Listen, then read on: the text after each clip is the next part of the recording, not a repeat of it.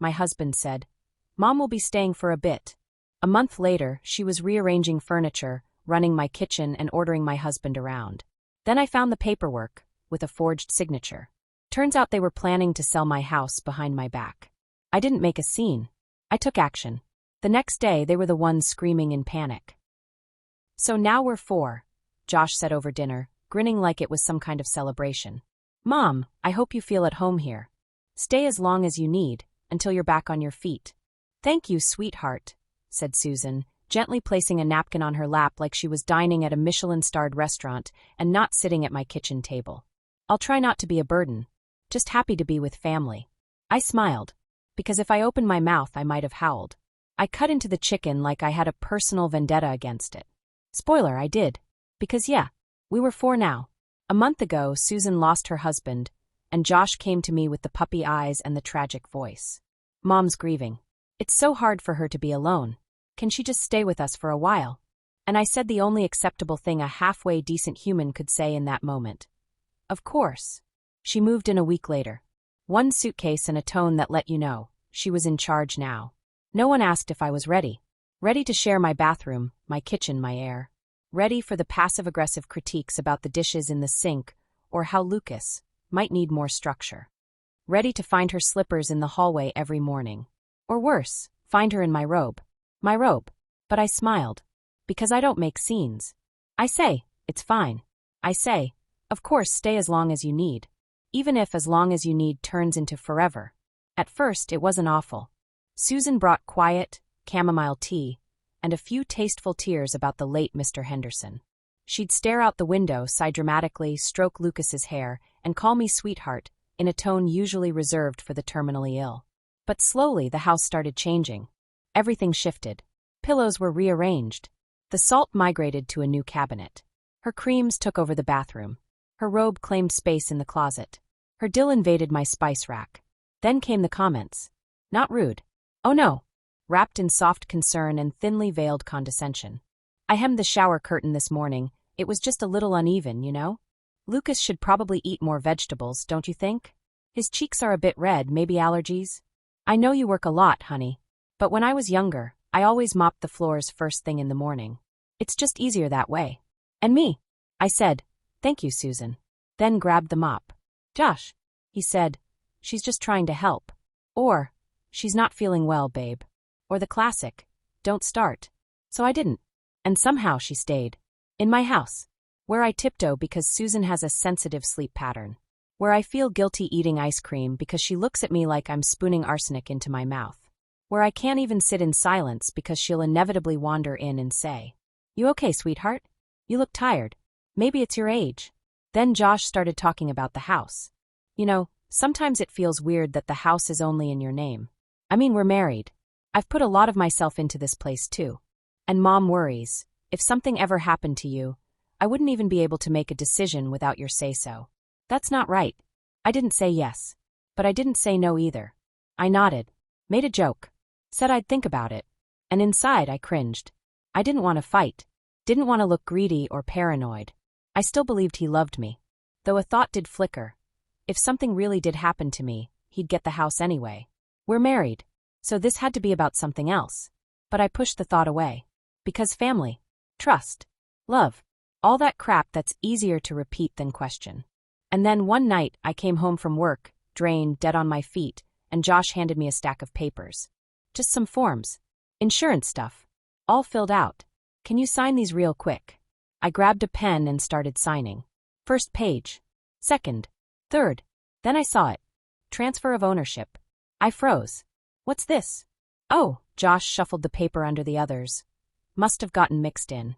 My bad. Didn't check. I said nothing. I just nodded and walked to the bedroom. Turned on the lamp. And started Googling. Fun fact. You can't just add someone to a property deed in the US with a friendly smile and a couple of signatures. Even with a real signature, you still need a notary. Witnesses. Verification. A whole setup. My face sitting in a chair. Not me in pajamas zoning out after a 10-hour shift. But here's the thing. If Josh had my real signature, he could find a flexible notary. Or fake one. Nothing personal, just Mom would sleep better. He gets a signed paper. I get evicted from my own house. A couple days later, I overheard them. They thought I was asleep. I was heading to the kitchen for water. Susan, she's always tired. Just bring it to her after dinner. She won't check. Smile and don't push. Josh, I know. She trusts me. Just don't scare her off. That was it. No more illusions. This wasn't a misunderstanding. This was a long game. Slow. Quiet. Designed to make it look like I handed everything over. Then about a week later, I stumbled on a letter. Addressed to Josh. From his former company. Formal tone. Legal jargon. But the gist? He misused company funds for personal matters. They weren't pressing charges yet, as long as he repaid the full amount. But if he didn't, they'd sue. And they knew he didn't have assets. But they did know his wife had a house. Deadline 1 month. That's when it all clicked. Josh wasn't just a jobless mooch and mama's boy. He was a fraud. A man willing to forge his wife's signature to steal her house and sell it off to pay for his screw-ups. And Susan? She was the support team. Cheerleader. Pressure point. 2 against 1. And this house? It wasn't just a house. It was me. My work. My nerves. My child's future. And he was planning to sell it off like it was nothing. Not today. Not ever. Hi. I'm Kimberly. 35. And apparently I'm that woman. The one who didn't realize her own house wasn't really hers anymore. Not because I'm stupid. Not because I'm some soft-brained pushover. Just because I spent way too long trying to be convenient. For my husband. For his mother. For the world. Spoiler. No one noticed. And no one cared. The house came from my grandma. Old, creaky, cozy, with a peeling porch and the little bench where Lucas and I used to draw with chalk. When Josh moved in, I didn't ask for a prenup. Because, love, trust were one family. Classic me. At first, things were okay. Well, normalish. Josh had a job. I had a job. One of us picked up Lucas from daycare. One of us made dinner. One of us forgot to buy toilet paper. Life. Then Josh got laid off. Corporate downsizing, he said. That sucks, I said. Then came the finding himself phase. At first it was cute. Then funny. Then sad. Then just expensive. He explored podcasting, considered art therapy, and took deep dives into his authentic self. While he was on his little soul journey, I was working double shifts, paying bills, buying groceries, covering Lucas's karate class, and funding Susan's sudden health routines. Susan. An angelic face, paired with the dead-eyed stare of a psych ward nurse. When her husband died and she moved in with us, I really did want to help. I felt bad for her. I've lost people too. I know grief. I made her soup, gave her pillows, drove her to appointments. Once I gave her a foot massage. Yes, a real one. Don't ask. But then she came back to life. Not all at once. Slowly. First, she noticed Lucas's permanently dirty ears. Then that my t-shirts were a bit thin for a woman over 30. Then, the stove was wrong, the pillows were wrong, the wallpaper gave her a headache, and her morning coffee tastes off. Maybe the filter's dirty? All of this, mind you, with a sweet little smile and that classic, don't take this the wrong way, I'm just concerned tone. The closet started smelling like her perfume. Lucas started calling her in at bedtime. Josh started running every decision by her. And I started grinding my teeth. But the real switch flipped the night I overheard them planning how to slip a house paper past me. Susan. Give it to her after dinner, she's tired, she won't notice. Josh. She trusts me. Just stay calm, we'll do it right. And I'm just sitting in the bathroom later that night, staring at my reflection like, am I that trusting? Am I soft? Or just hopelessly stuck on this dumb idea of a normal family? That same bathroom, where 7 years ago, I sobbed happy tears over a positive pregnancy test. Back when everything still felt possible. Now, not so much. I tried to remember who Josh even was before. Funny. Harmless. Kinda lazy, but I figured, aren't they all? His family seemed normal enough. Quiet dad, chatty mom. At our wedding, Susan gave me some heirloom brooch and said, "You're one of us now. Hold on tight." I thought it was a weird joke. It wasn't. She didn't visit much those first years. Popped in with pies and parenting tips. How to potty train. How to bleach whites. Where to find real dishes. I chalked it up to the generation gap. Like she's quirky. A little critical. No big deal. Now, I've had the distinct pleasure of getting to know her properly. Let's talk about grief. Does someone in mourning really rearrange someone else's furniture and order a $900 orthopedic recliner on my Amazon account? I found out about the chair when the package arrived. Josh said, She's wanted one for a while. I figured, why not? I looked at him, then at the bank app, and said nothing. It only got worse. She couldn't get up easily in the morning, needed extra attention. Her blood pressure was all over the place, so I had to wait for her deliveries. Ironing made her dizzy, so I should drop her clothes at the cleaners. Nothing major, right? At some point, I realized I was no longer the main character in my own life. I was background noise, making coffee, picking up socks, paying bills, nodding along. The real protagonist? Susan, with her ailments, her recliner, her critiques, her quiet, smug little whispers behind my back. I started catching phone calls, her voice in the next room. Once I heard, "She's trying, bless her. But she's no homemaker. Too emotional. Like a little girl." And laughter. Light, sweet laughter. Like I was a sitcom character she found charmingly stupid. Another time, she thought I was at work. I came home early, quiet, and caught her mid-call, laughing, alive, gleeful. Totally not a broken widow.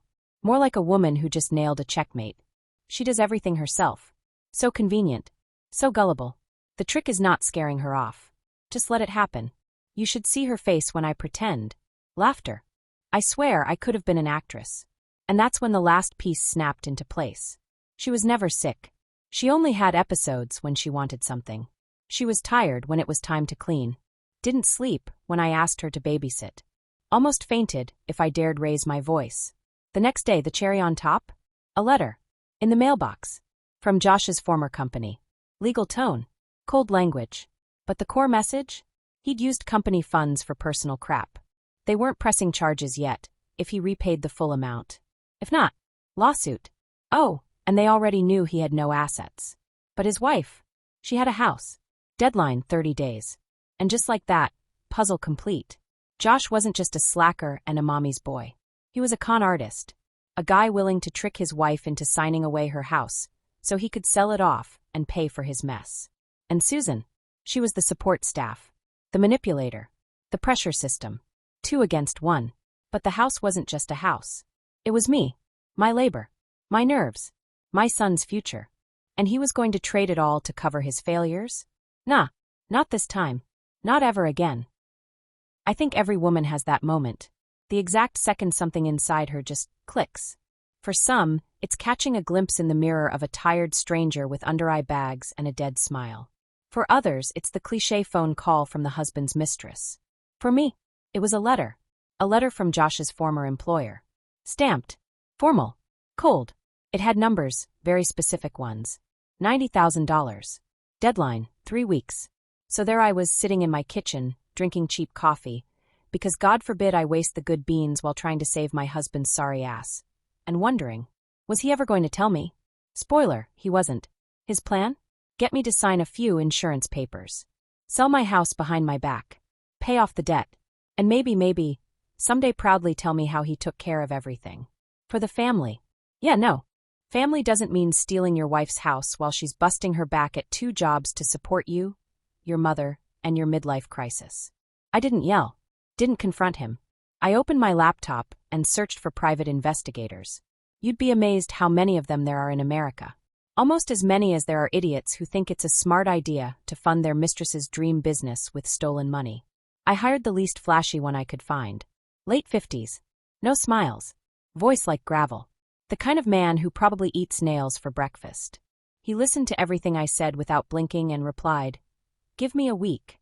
Exactly 7 days later, he emailed me a report. 30 pages of clean-cut hell. No drama. No commentary. Just facts. Turns out, Josh wasn't just laid off. He got caught. He'd been working with a charity fund within the company. One meant to help employees' kids with medical bills. Sweet, right? Well, he borrowed $90,000 from that fund. Little by little. Filed fake claims.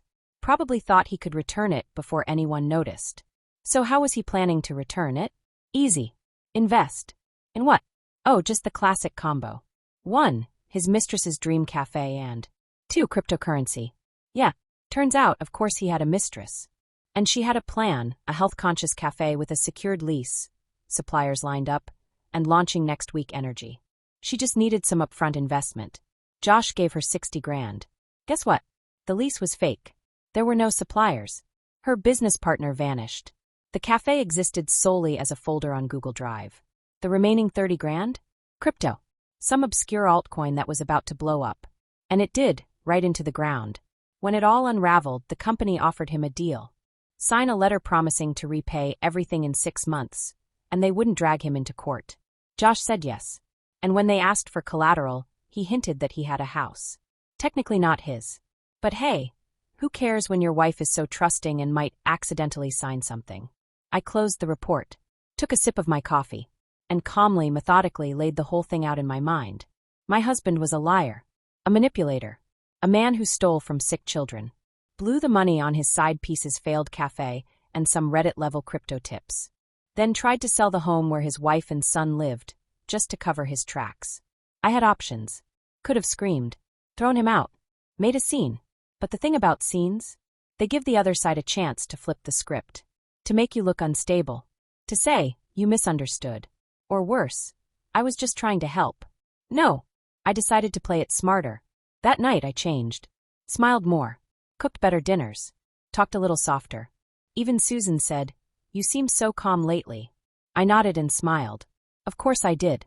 Then Josh made his first classic mistake. He always thought he was the smartest person in the room, especially when I was in it. He mistook my silence for stupidity, my exhaustion for weakness, my love for blind loyalty. So when he forgot to log out of his email on my laptop, well, that was on him. Lucas and I were watching cartoons when the laptop froze. I restarted it. Josh's inbox popped up, right there at the top. Subject line, status of refinance request. From someone called Kappa Financial. It took me a second to process. Then it hit. He was trying to refinance my house. Without telling me. The plan was obvious now.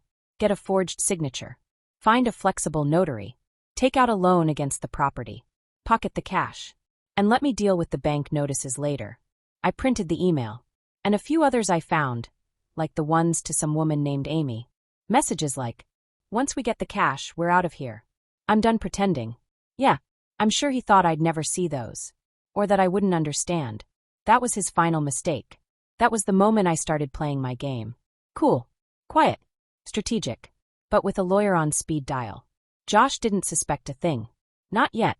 I opened a new bank account. Just mine. Moved savings over. Booked a consultation with an attorney. Not for divorce yet. For asset protection. The lawyer said, "You're just in time. If they try anything again, you'll be ready." I said, "They won't try. They already think they've won." I wasn't leaving. I was waiting.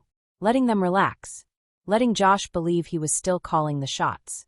While he thought he was playing me, I was copying documents, backing up emails, reworking the home insurance, talking to a family lawyer, and a CPA, who helped me calculate everything I paid for this past year. Utilities, groceries, Susan's damn recliner. All of it. Itemized. With dates. Because if it came to splitting the house, I had receipts. And Josh had, well, nothing. But you know what the best part was? I didn't feel like a victim anymore.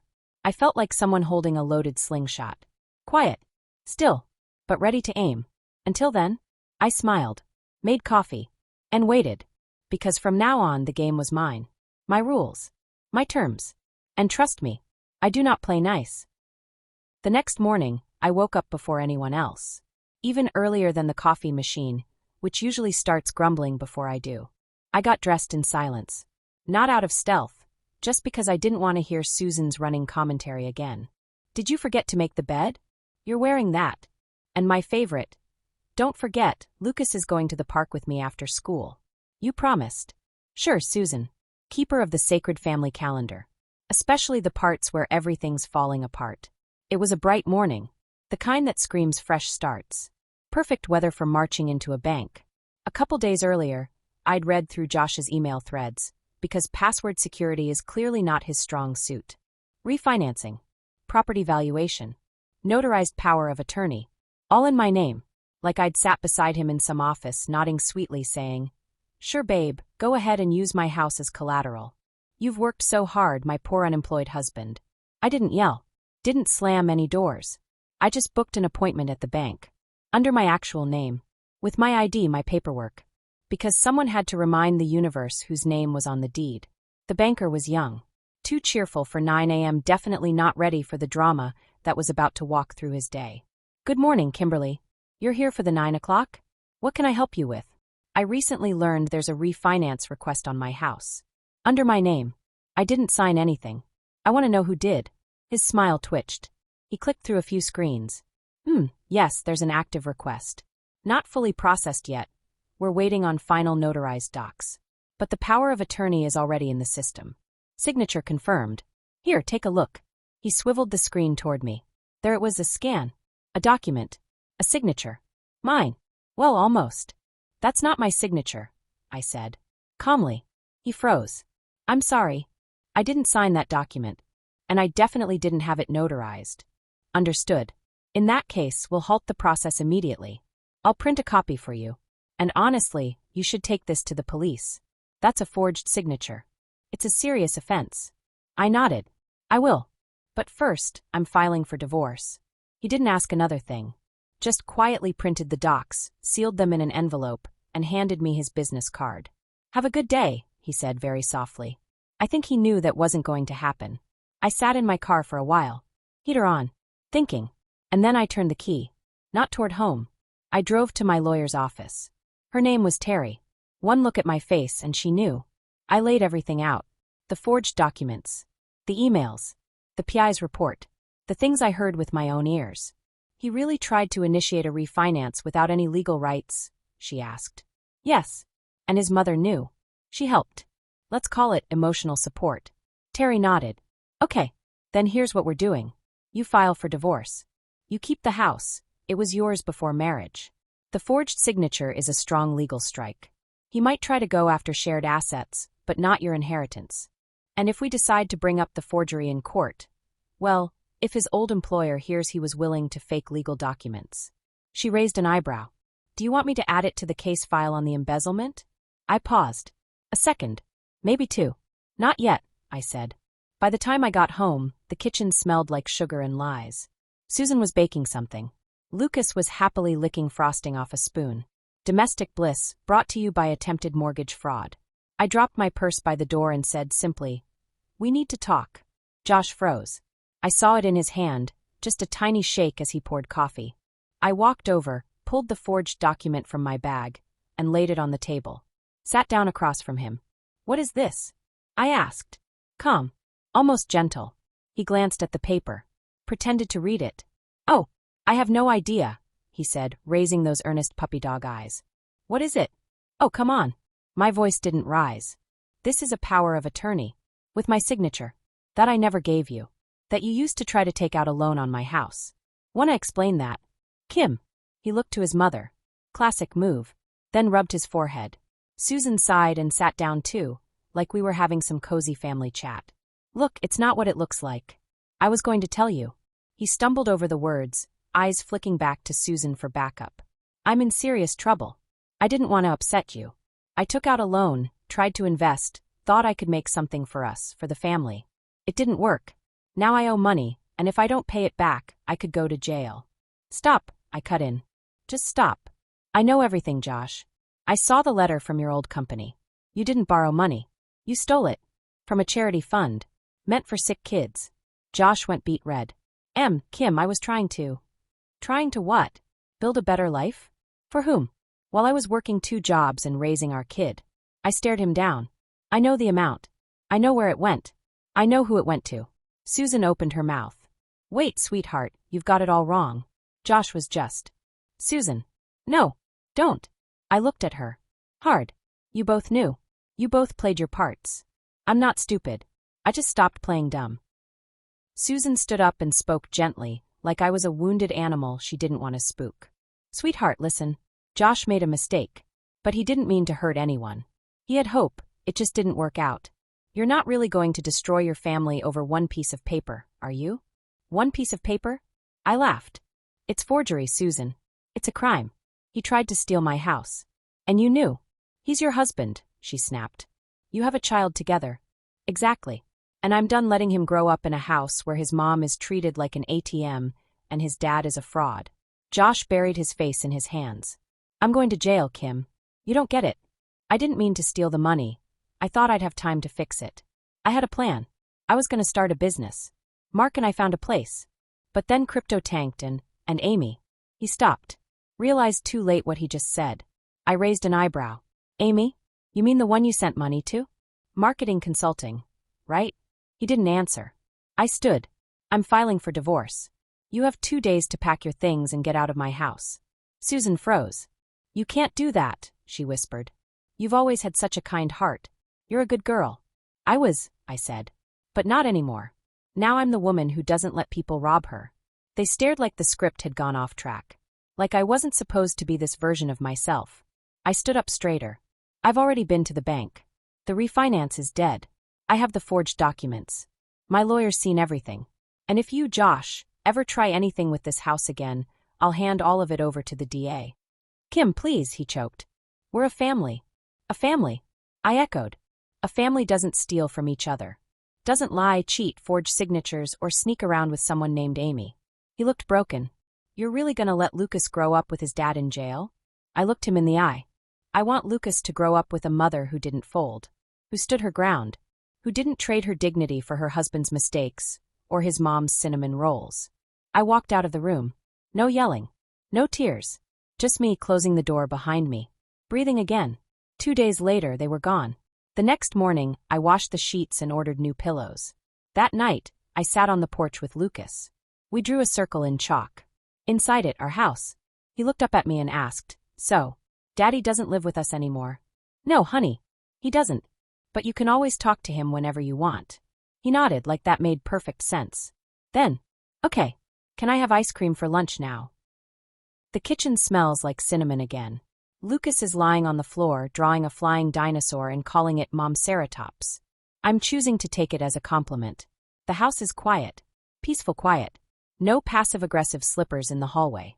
No unsolicited advice disguised as care. No betrayal under the same roof. Susan left on day 3. Packed her suitcase, made a face, dropped one last snide comment, and moved into some senior living complex. Josh isn't with her. Josh is somewhere else now. 2 months after that conversation in the kitchen, he got a subpoena. His old company handed everything over to the police. His lawyer tried to negotiate, returned part of the money, claimed the rest was unverifiable expenses. But the case still stuck. He cut a deal. 2 years probation and community service. He lost his job, his license, his right to work in anything remotely related to finance. And me? I filed for divorce. The house is mine. Still creaky. Still standing. Still ours. Lucas and I live quietly now. No tension. No whispering behind doors. I make him waffles in the morning. He draws dinosaurs on the porch. The air in this house finally feels light again. Today's Friday. We're going to the park. We'll get too much ice cream. We'll ride the Ferris wheel. Sometimes I still dream about those days when I was trying so hard to hold everything together. The house. The marriage. The illusion. But when I wake up, I remember. Now I only hold what's truly mine. Myself. My son. My home. What do you think? Did I go too far? Or was it the only thing I could do? Let me know in the comments. And hit subscribe. I've got more stories coming.